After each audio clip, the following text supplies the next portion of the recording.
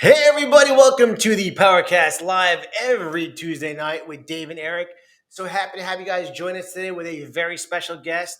His name is Steve Smith, and it's with a company called Wet Basement Waterproofing. We're very excited to have him here tonight. You're going to learn a lot about water basement proofing. And before we start the show, as always, make sure to join us on our YouTube station. Go to Team Powerhouse Real Estate, hit subscribe. Go to our TikTok, Team Powerhouse Real Estate or Team Powerhouse Sales, Instagram, Facebook, TikTok, YouTube, Spotify. You said TikTok I did say twice. it twice. Spotify, Anchor, Apple Podcast, LinkedIn. LinkedIn, live on LinkedIn with you guys. We love LinkedIn. It's the greatest place to be live because all our people who are at work, still in their offices, watching us as they're sitting, or they're on the way home listening to us too. And it's safe for work. It's safe for work to be on LinkedIn watching a podcast. Absolutely. Right. All right. Live once again, Steve Smith. Thank you so much for joining us here today, my friend. And it's great to have you. Thank you. So let's let everybody know a little more about you and where you're from. I'm from Harlington. Harwington. Very nice. Are you married? Yes, I'm married. You have a wife? Yes. Kids? I have a wife and 3 kids. What's your wife's name? Diane. Hello, Hi, Diane. Thank you so much for joining us today. Hopefully you're watching. Any kids you have over there? Yes, I have 3 kids, Stephen, Oliver, and Parker. All right, Nice. Stephen, Oliver, and Parker, thank you so much for joining us here today. Hopefully helping mom and dad with the social media aspect of this show because, and who's your oldest? Stephen is. He's 17? Yes, he's We 17. talked about that before. 17 years old. 17 years old. They are the epicenter of all technology. So, Stephen, if I understand correctly, you're going to make sure that everybody sees this show on all social media platforms because God knows Dad wants to make sure everybody knows who he is, and we do too. I met you, Steve, through another broker of ours. His name is Steve Votto, actually, out of a Coldwell banker office. And you saved my tush and my client's tush, and that's how we got to meet. I went to a walkthrough at a house. We're about to close the day of closing, and wouldn't you believe there's water in the basement, which is like the most scary thing a buyer can see and a seller can have the day of closing. So I got your number from Steve. You came out to the house pretty quickly, I believe the next day, and maybe it was that same day. And this basement was a great, clean basement. They never had water for years in this house, but of course, they had water. And you came out there and you just made everybody feel better. Your price was amazing, and you saved the day and got us able to close that property within a couple of days. So I want to thank you for that. Absolutely. You're welcome. And since then, Steve has been on the show for me personally, and I say on the show, I mean with my clients when they're going to buy a house. You come and save the day like with a cape, right into the house, and make people feel comfortable and knowing that when it comes to water, it's the scariest element in the world to people. Water can penetrate rock, can penetrate basically everything, and it can destroy things. But if you know how to handle water, then guess what? You have a guy like Steve over here. He's going to come in and save the day and bring less challenge to your life. All right, so how you're from Harwington, right? And where did you grow up? I grew up in Waterbury. Okay, very nice. And did you go to Waterbury High School? Did you go to No. school there? So I went to a Catholic school, St. Mary's in Waterbury. Good school. Yeah. Very well known. And did you do college at all? Yeah, I did a couple years in college. I never graduated. It wasn't for me. You know, I tell people all the time, college is not for everybody. And if you get into a trade, it's the best piece of advice I can tell people all the time. Trade will make you money forever. If you get in the trade business and you learn how to do it well, you'll be extremely successful and always busy. Absolute facts. And so how did you get involved in water basement proofing? Like that, how did that just come about? Where'd you start work? What was your first job? My first job was I worked for Connecticut Basement Systems, and I had a friend that was working for them, and he was like, "Hey, get a job," and I took the job, and I realized I liked it. And how many years were you there for? I was working for them for 9 years. 9 years. So Yes. you were there. You got to see the ins and outs of what's involved in a basement and how to protect it. Yes. Very cool. And did you have to take any training classes, courses? How does it work when it comes to learning about basement systems? And because the technology must be evolving tremendously over the last 10 to 20 years with different options for houses, I'm guessing. Yeah, yes. I mean, most of the training you do is on the job. You learn by doing mostly Hands-on training and hands visually on. seeing. It's a very physical job. Yes, very physical. When it comes to, you have to have a license in order to, be involved in basement systems. So I have a license because I own the business, but the employees don't have to have a license. They work under a license rather than having the license itself. So people, when they work for you, how big is your crew? Do you have a lot of people working for you? Is it a small crew? It's a small crew. There's five of us. That's a good sized crew. And having a small crew means that you probably have a good relationship with all your workers that work for you. Yes, it's basically all family. Really, that's Yes. fantastic. And when it comes to like this environment where you're working in, you've got a lot of very important pieces, I'm guessing, to the puzzle. How does it work? Like, what's the process? You get to someone's house. So you get to someone's house, you speak to them, you ask them questions, you figure out where the water's coming from, and you just you investigate. We'll let them get investigating. I've been at homes where I've actually invited you to a house because there was water in the basement, and you actually told my clients you don't need a basement system, which is unique because anybody who's ever been in the business of basement systems, all they want to do is sell, sell, sell. You literally went and told my clients you don't need a basement system. You just need to take your gutters, extend the gutters over here, do a couple of things on the outside, and you won't have any water in your basement, right? I mean, Yes, I was blown away. And that makes a huge difference between you and most people. yes. You sell people what they need, not what they not to overcharge them or just to sell something to sell the system. Well, we're going to get into overcharging part in a minute because your prices are always significantly less, but we'll get in that to a minute because I don't want people to know how amazing you are by price yet. I want to get to know a little more about you and how the process works, if you will. So when it comes to developing the strategy, because I mean, we just had a house in Wallingford, right?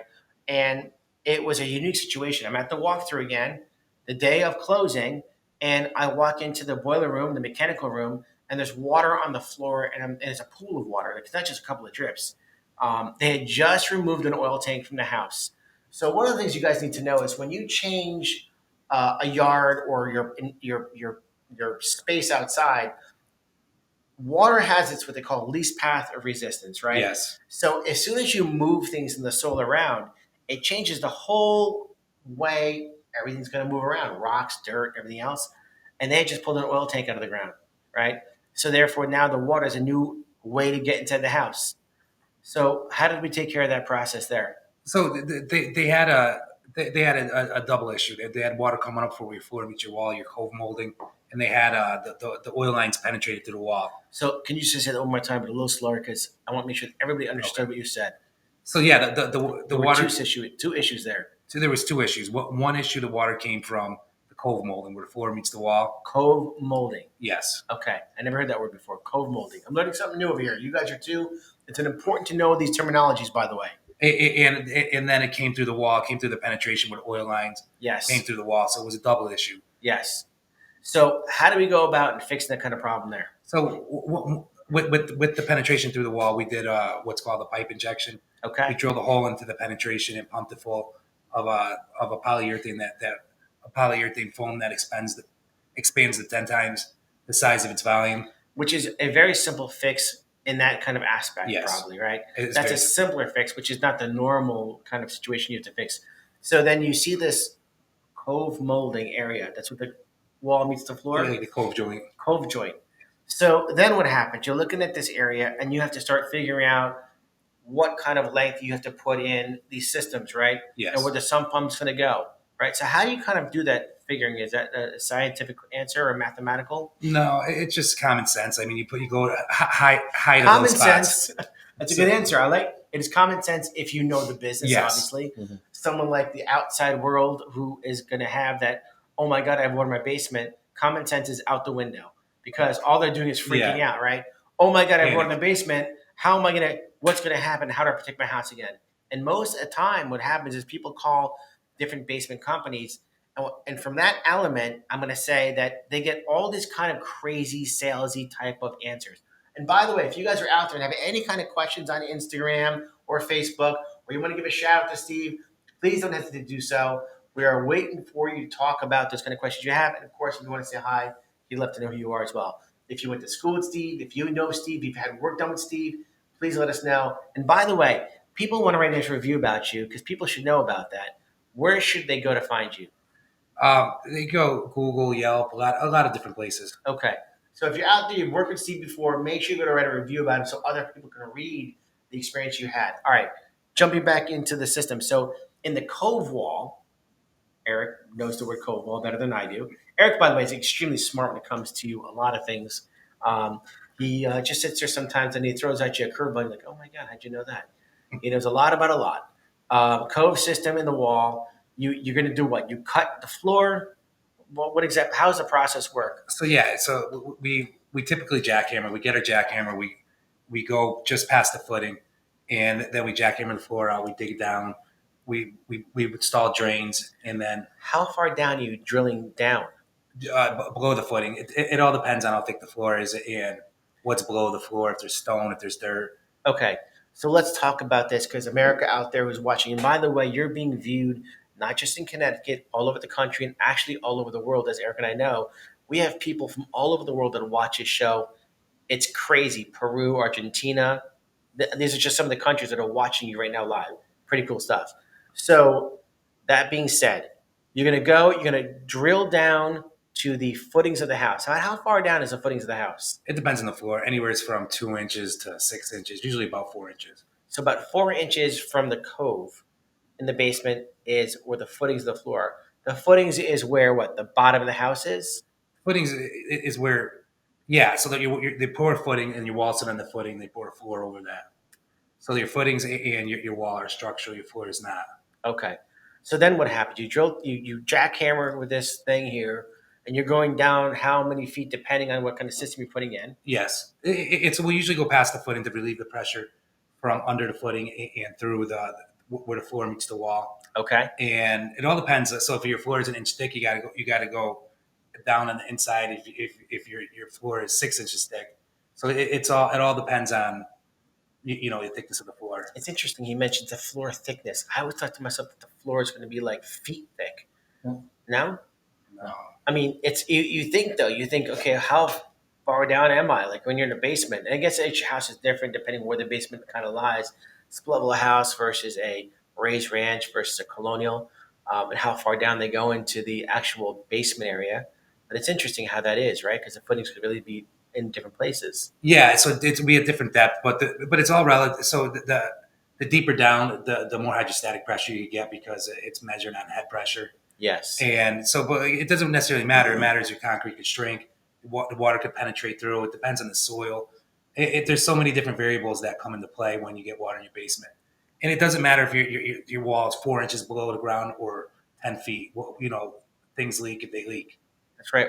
And once water comes in, that's it. They're coming in for good. Yeah, the water usually has memory in an area, so it usually tends.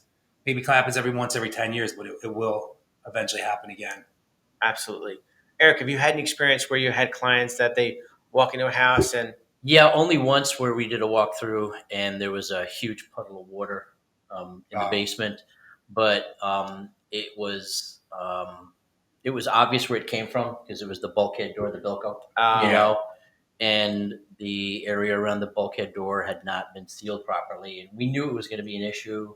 And of course, the day of the closing is when we walk out of the basement and there's a puddle down there, but the rest of the basement was dry. And one of the things we talk about with our clients regarding water penetration is that gutter, steering the water away. You'd be surprised how many issues you can resolve with just making sure you take care of that. absolutely, Because definitely. that's just one component. One of the questions that I did have for you was with the newer builds and the way they kind of have the rock and dirt that they have under the foundation. Are newer builds designed to have less penetration? Like, is there anything that they do now with the build that keeps the basement from getting water? So typically now that there's more regulation on how you build a house. There's more inspection. So typically, yeah, you'll get more stone, you get more drainage. You'll get an inspector that wants to see more things. So a new house. So sometimes on a brand new house, you'll jackhammer the floor and it's nothing but clay. Mm-hmm. But you usually on newer houses, you do get more drainage. Okay. what's it mean when you jackhammer a floor and you see more clay? How does it affect water drainage? It gives you no drainage. The water just comes. It can just come up easier. So it's more challenging. Yeah, there's nowhere for the water to go down, So, filter down. and that's a very interesting point because so what do you do? How do you set a system up with a ground that has more clay? How does that work? You dig it out and give it more drainage. So you have to dig into the clay, Yes. which is a lot more work. That's going to be a lot more physical labor. But I too. think that's done at the build time. No, isn't that done during the build? Or no? It depends. Sometimes it is, sometimes it's not. And I mean, 90% of my houses don't have a stone aggregate under the floor. Interesting. Most of them are dirt, clay. Depends which town. Sometimes you're like around the Cheshire, you get a lot of that like red rock, that tough soil. Yeah. And sometimes like you go down the Fairfield County, you hit more clay and rocks, and you get a lot of ledge. I have clients who are actually building a house, and one of the things that I was concerned about for them is always about protecting the basement. You know, putting a basement system in a house prior to build is a great feature to protect your house from basement flooding. Obviously, depending on the pitch of the yard or the property and where the house is situated, may be an advantage or disadvantage. One of the things that Eric and I see all the time is when you see a house and there's a hill behind the house that's kind of pitching towards the house, the first thing we do is we go, okay, we need to go check the basement out because the likelihood of water coming to that property in that basement increases tremendously. From your experience, is that true? Not necessarily. I mean, it is and it's not. I mean, it all depends on the drainage people have. It sometimes the ground takes the water away. I mean, there's when it comes to water, there's nothing that's typical. I mean, you go to people's houses, they say, I live on top of the hill. I live on the bottom of the hill. That's a good point you make. Interesting. And the things that matter are soil, if there's rock ledge. So rock ledge means there's no drainage. Clay means there's no drainage. Uh-huh. Or maybe your backyard's a swamp. So like in my driveway, I dig down about that far and I hit water. So is that good or is that bad? Is that normal? It's not normal. Not normal. So that's high water table. Yeah. Okay. So I want to make sure you guys understand this because we deal with this all the time, but they don't know what that means. So right. When you're digging down this far and you hit water, it's a high water table. High water table. And if you have wetlands. So if you live in a house, you're buying a house near wetlands, it's something to consider depending on how far the wetlands are, whether a basement system is something to really consider putting in your house. Because you could buy a house that never had water before in your house. I bought a house in 2008. House never had water. It's on a hill, right? Yeah. And then we had that storm in 2010 that completely was a disaster. Such a disaster that we had just finished our basement 6 months prior. Oh. And I come home in April, it's the holidays, and my wife was calling me, screaming and yelling. We have 8 inches of water in the basement. And thank God all these neighbors of ours that, came to the rescue. I came home and there were like 8 guys with like sump pumps, with hoses and shovels and water and this and that. And they were like shoveling water. I was in freak. I think I froze. Here I am in real estate. I'd never seen this before, physically or gone through it. I mean, it was like water coming from there. They didn't know where the water was coming from. I mean, in my house, Eric, my house, it's kind of like it's a hill going down kind of sort of. I'm kind of on the topish of it, but it was coming in. It was chaos. You had to cut half the wall all the way around. Insurance companies don't like water. They won't cover water. They don't say to you, by the way, if you get water in your basement, you're going to be covered because your insurance is going to take care of it. 99% chance it's not going to be covered. So we call that, what I learned, is hydrostatic pressure. Yes. Right? So hydrostatic pressure is water that is building up on your property and continues to have nowhere to go. And then where does it end up? Ends up relieving through the weakest points, which is usually under your footing or through where your footing meets your concrete wall meets your footing. Yes. Comes from either one of the two places. Yes. It relieves itself. Or it come through a floor crack in your basement. And you don't know if you have floor cracks in your basement when your house is finished or a finished basement there. There's no way to know this kind of information. So it's very important when I go out with my buyers and Eric goes out with his buyers, we always talk about one of the best investments you can put in your house, if it doesn't have one already, is a sump pump basement system. Because if you have a basement system in your house, you know you won't have water that's going to come into your house. And all about when you buy a house is protecting your home, yes. protecting your family. So if you don't have a basement system in your house, it doesn't mean you won't get water. It's all about It could be a heavy snowstorm. Snow. Well, one thing about snow I learned, you can get a lot of snow and it sits there and eventually starts to melt over weeks of time. And all of a sudden the snow's not there anymore. And then there's water in the basement. People are going, how am I having water in the basement? It didn't rain.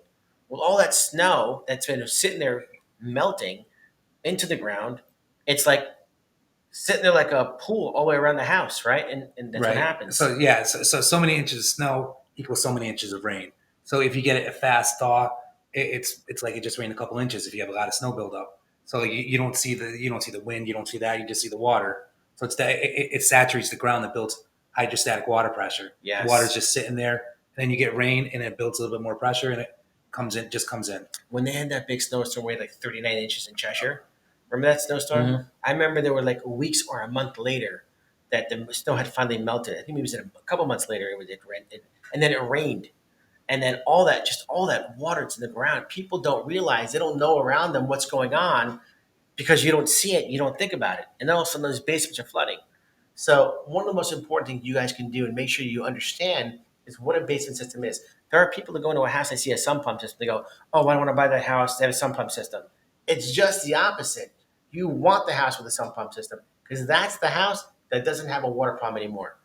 Correct? So it's almost always. Yes. Yeah, so let's say we installed a full basement system. We do everything. You want to finish your basement, so you want to protect your investment. You plan on spending $25,000. Wow. Into finishing your basement. Right. So you put a sump pump in, you put a drainage system. Yes. Maybe it doesn't do anything, but it protects your investment 100%. into your long term. And then on top of that's just your physical cost of doing it. Right. What else do you have down there? You said $25,000 for finishing a basement. It could definitely be 25. It could be 10. It could be 50,000 for a basement, depending what people do down there. You're absolutely right. Yes, 25,000 is 4 walls. It's 4 walls of carpet, electrical work. It's not a bathroom. That's just your typical. That's probably your average, say 650 square foot basement. I mean, heck, it's a moist environment to begin with anyway, right? Because it's below grade. Yes. So it's already a moist environment that you need a dehumidifier and all the other stuff that you got to worry about. Right. So let's not compound it by adding water penetration to that. Right. That's a very good point, Eric. And in every basement, as Eric just mentioned, you always want to run a dehumidifier, especially spring and summer. This past fall, we were basically like what do they call that? What's it called when you have that summer in the fall? They call that Indian summer. Indian summer. We just had Indian summer. So 4 days ago, we had 70 degrees. Right. My dehumidifier in my basement was running like a son of a gun, like as if it was summertime. You definitely want to have a dehumidifier running in your basement. Moisture elimination. It's also mold builds up into a house as well. Right. So when you think about dehumidification, you got to think past a dehumidifier. Think of a basement air system. Yes. Think about upstairs. You want to regulate your air. You want healthy air. You want the same thing in your basement. So let's say you don't want your HVAC system running in your basement because it's a waste of energy. So you get a dehumidifier. You get a dehumidifier with a heat pump in it. It takes the air and it filters the air. So now you have healthy air in the basement. You take your air and you make sure the relative humidity is under 50%. So that way you have no opportunity for mold to grow. So now every time you open a door and it's sucking out of the basement, that's healthy air coming upstairs into your house. Mm-hmm. So maybe your kids have allergies. Maybe they're allergic to mold. It helps out. It helps the air upstairs.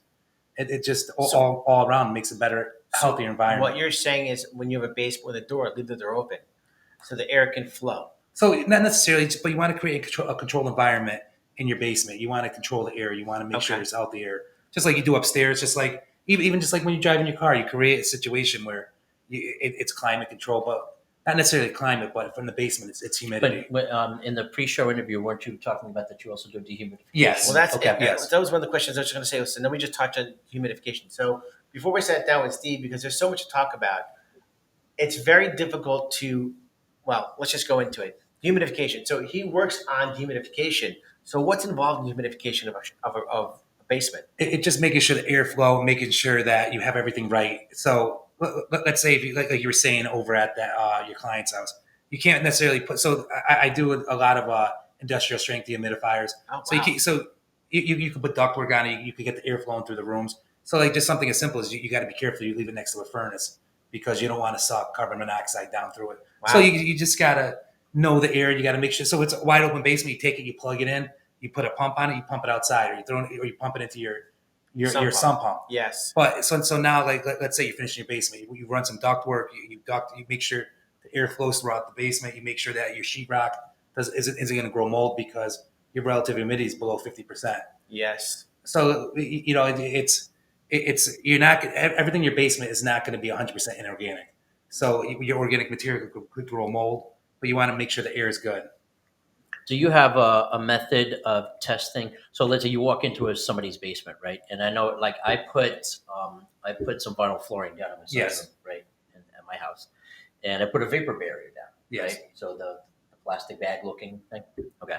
So is there a way, because there's a vapor barrier there, but you don't know if there's any water penetration necessarily, because if it doesn't surface through there and rise to the point where you can actually see something. Do you go into a basement with uh, like some kind of mechanism that tests the moisture in the air or the actual? No, I just use just a simple humidistat. It's like it tells you your temperature, it tells you your amount of relative humidity. The higher the temperature, so in the summertime it's higher temperature, so the air holds more moisture. Of course. So if let's say it's January 1st, you probably have 40%. You probably have like a 40% relative humidity in your basement, or 35 because there's no moisture in there. It's too cold outside. The outside air comes in your basement, it gets trapped, changes the dew point, which makes your relative humidity go up. Mhm. So that's why in the summertime you have the hotter air, you have the outside moisture that comes in. But yeah, there's really I guess you could use a moisture meter, but I don't know if that would give you an honest result because there's moisture, there's vapor barriers, but the vapor barriers are going to do their job. Okay. Very interesting stuff. There's a science behind this, by the way, guys. So it's important to understand this. And this might be a lot to kind of grasp and understand. So, one of the things I want to make sure we haven't talked about in your show is how do people get in touch with you? What is your phone number? Let's make sure everybody has your number. And I'm sure that we're going to have it on the screen provided for the people to see. But let's talk about it out loud. What's your phone number, reach you? It's 203 203 444 444 5985. 5985. All right. To reach Steve Smith, if you have questions, if you think you may have a water basement issue, if you want to not have a water basement issue and you want to protect your house before you have a water basement issue, call Steve Smith. You're going to make yourself very happy. And I'll tell you one thing I'll guarantee you. Your price that he gives you will shock you because it'll be up 25%, I'm going to be honest, compared to what everybody else is charging. Is that fair to say that out loud? So typically I am more inexpensive. Much So less this year expensive. I am. This year I definitely am. In the past, so I usually have more of a competitive price, He's such an honest person. He can't help himself. Go ahead. and so I usually do have a more competitive price, and I usually will give you a couple more little extras. Like I'll throw in a couple things extra to maybe make it more worth your while to hire me. What I'm going to tell you is that Steve is not a salesperson. He doesn't know how to sell. And I mean that sincerely. He's a genuinely good person who cares about the job he takes care of and what he does. It's his own personal business. He's not working for a big name company that is out there to try to upsell you on everything that you don't need to have in your property. But when he does come to your house, you're going to find out that when he sits down with you and talks about what you need, you're going to be like, oh, wow, that's not so bad. I thought it's going to be much worse. Let me just get back into for a second a couple of things. So with a sump pump, there's something called a backup battery, Yes. right? And a backup battery is something that people really should have in their sump pumps. Would you agree? Yes. So the first and best option is always a generator. It's maintenance free. What's it called? A generator for your house. Yes. So your power goes out. So battery backups are a great product. Now they almost. So before it was the pumps weren't that powerful. They didn't last too long. But now the technology is better. So they're almost one for your primary pump, which is your regular pump, because your battery backup pump is a secondary pump that's inside your basin. And so, Have a backup pump as well, yes, because it's itself. submersible, and Yes. those things tend to go when you need it most. Right. So typically you get on a fully charged battery, typically you get 10,000 gallons of pumping power. I mean, there's no exact number you can give, but that's kind of, Sounds like a lot. it is. 10,000 gallons. Holy moly. That's like Noah's Ark's come. It sounds like. Yeah. I mean, that's a lot of water, 10,000 gallons. All right, go ahead. I'm sorry. So, but yeah, so it all depends on how old your battery is. So after 5 years, you're not going to get 10. You have a sealed lead acid battery. You have a battery that's made to sit there. It's on a tender. But 5 years on the road, you'll get 7,000. Maybe 6 years if you don't change it, you get 2,000 because now the battery will no longer hold charge. We're talking about the battery backup specifically. Yes. So the battery backup may have never been used before, but you have one. Does it run out of power? Eventually, the battery won't take a It charge degrades. anymore. Yeah, it How degrades. Yes. how long does the battery backup last? I'm curious now. The pump itself will last a very long time. The actual sump pump. The actual pump itself, Yes, but the battery is they typically have a 5-year life interesting. before they won't hold a charge like they once would.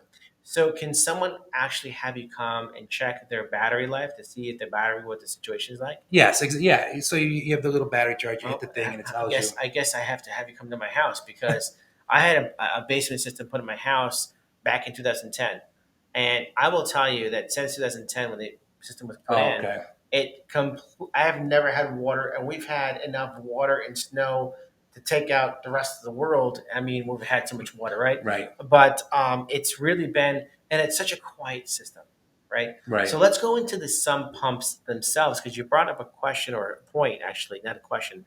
There are different kind of sump pumps, and there are different kind of brands or things you work with specifically. Are there different manufacturers or ones that are better than others? Is that a good question to ask you? So I'm it putting is. them in a spot, by the way, so I apologize. So it is. So I feel Zoller makes the best sump pump. Okay. I've been installing them for 20 plus years now.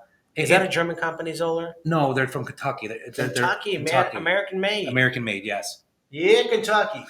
All So- right. So there's other companies that make a good pump too. And for a little while I tried them, but ultimately the Zollers, I like the Zoller. I like their float mechanism.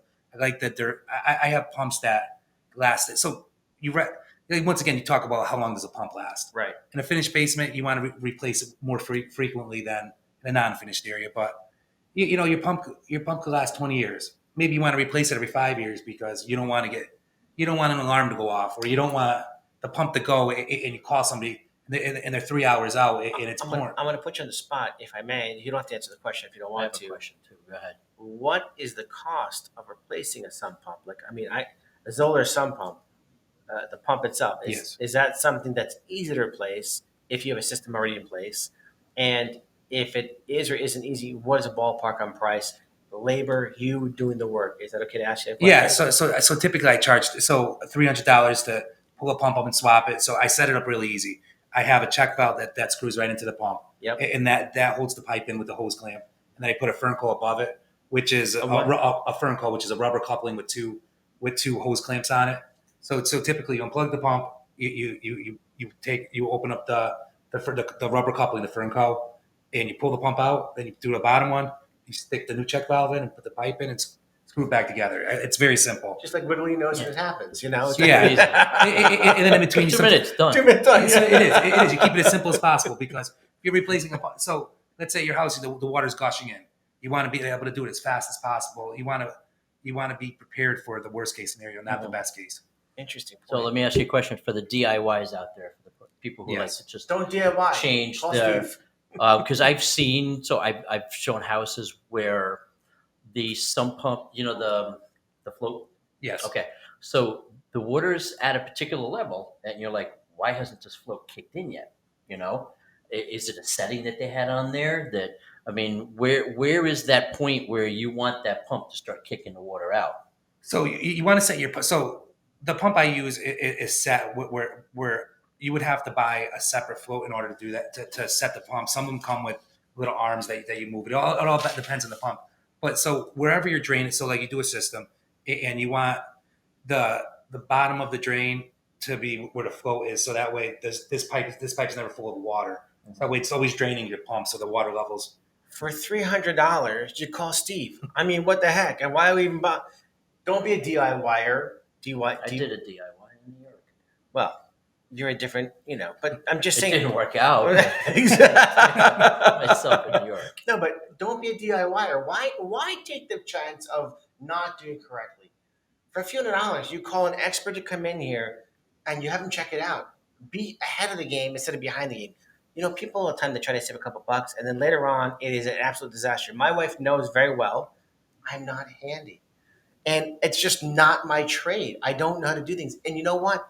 It's okay. Hire the professional. They're an expert. It's not going to cost you a lot of money with Steve. He's going to take great care of you. He's going to build a relationship with you and family.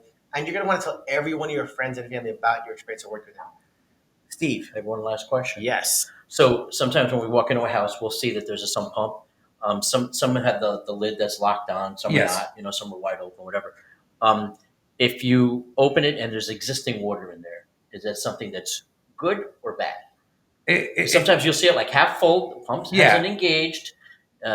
From that halfway point up, you see spider webs and stuff. So it looks like it hasn't really gone really high. But if you see sitting water, is that a positive or is that a negative? It's not. It's neither. It's neither. It's neither. Okay. And so I mean, it's probably better not to have your pumps in. So it's a sump. It's a submersible pump. It's made for water, but it's a cast iron pump. It could oxidize a little bit, so it's better not to sit in water. But it doesn't matter. The pump's designed to sit in water. So it's you know, like sometimes when they don't run a lot, the pumps go bad. Sometimes when they run too much, they go bad. Mm-hmm. So it's so every 5 years, have your pump checked out. You know. So yeah, or once a year, you know, sometimes I'll come out, clean out the pumps, flush the system. So if you actually do a service to somebody, and I'll kind of end with this part. You come out to someone's house, you put a sump pump system in their house. What goes along with your service with them? For example, is that something you come once a year, once every few years? How does it work with the service? So on the service side, it's good to have your system flood. So your first year, you put the system in. So everything was dug. The dirt is soft. So your pump ends up sucking in a lot of dirt into the pit. So it's best to have it cleaned out. So the pump's on a pump stand. So the pump stand's it's about 3 inches off the bottom of the basin. So it's not at the bottoms, but the bottom you kind of clean out to get dirt, get the silt out. The pumps could pump up to 1 inch particles out. So it could handle dirt.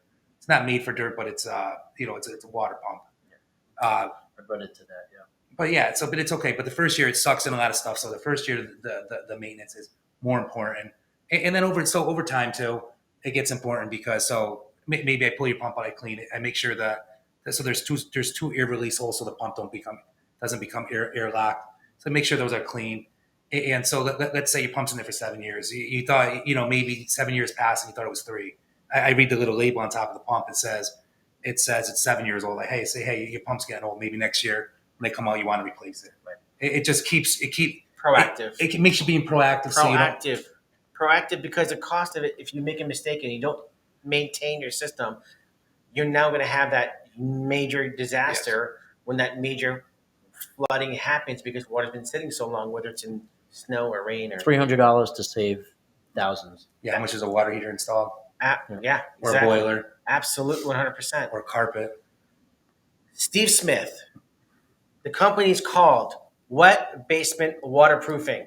His phone number, 203-444-5958. Everybody, I promise you this. This will be one of the most important shows you've ever watched. This will be one of the most educational shows you've ever watched. And this will be a show that will save your tush so much money. Please share. We appreciate you guys being with us every week. And now we're going to go to our favorite part of the show at the end, where we give out a free tumbler, and we're going to have a spinning wheel that's going to be back there. And by the way, is any questions out at all before we go to the end of the show that I want to answer questions at all? I know there's a lot of commentary throughout the show. Can you let's do the spinning wheel for the tumbler. And let's see who's going to be our lucky winner this week. Do we have the spinning wheel happening yet? Excellent. And if you can let us know, it's going to be a former client of yours. It's possible. There are hundreds out there. And the best way to win, by the way, is to go to our social media. And you want to be entered into the tumbler event so you can win a tumbler. Uh-oh. Dadoosh We Balloons. have a winner that happened again, the same name or something? No, it's Dum, Dadoosh dum, Balloons. dum, dum. It's Dadoosh Balloons from Instagram. Diddish_balloons. Didda_balloons? Diddish_balloons dash IG. Diddish. From Diddish. Instagram. Instagram account. Instagram account. Diddish. Diddish_balloons. Diddish_balloons. And what was the last part? It's on from Instagram. Instagram winner, please reach out to us. We want to get you this free tumbler out to you. Thank you so much for joining us every week, guys. We love you, we care about you, and we hope we shared some great information. That's Eric, I'm David, and that is Steve in the hot seat over here. Thank you so much, everybody. Reach out to Steve. You're not going to want to miss this show, and share with your friends and family. We'll see you later. Happy Thanksgiving. Happy Thanksgiving. Very good morning, Eric. Happy Thanksgiving, everybody.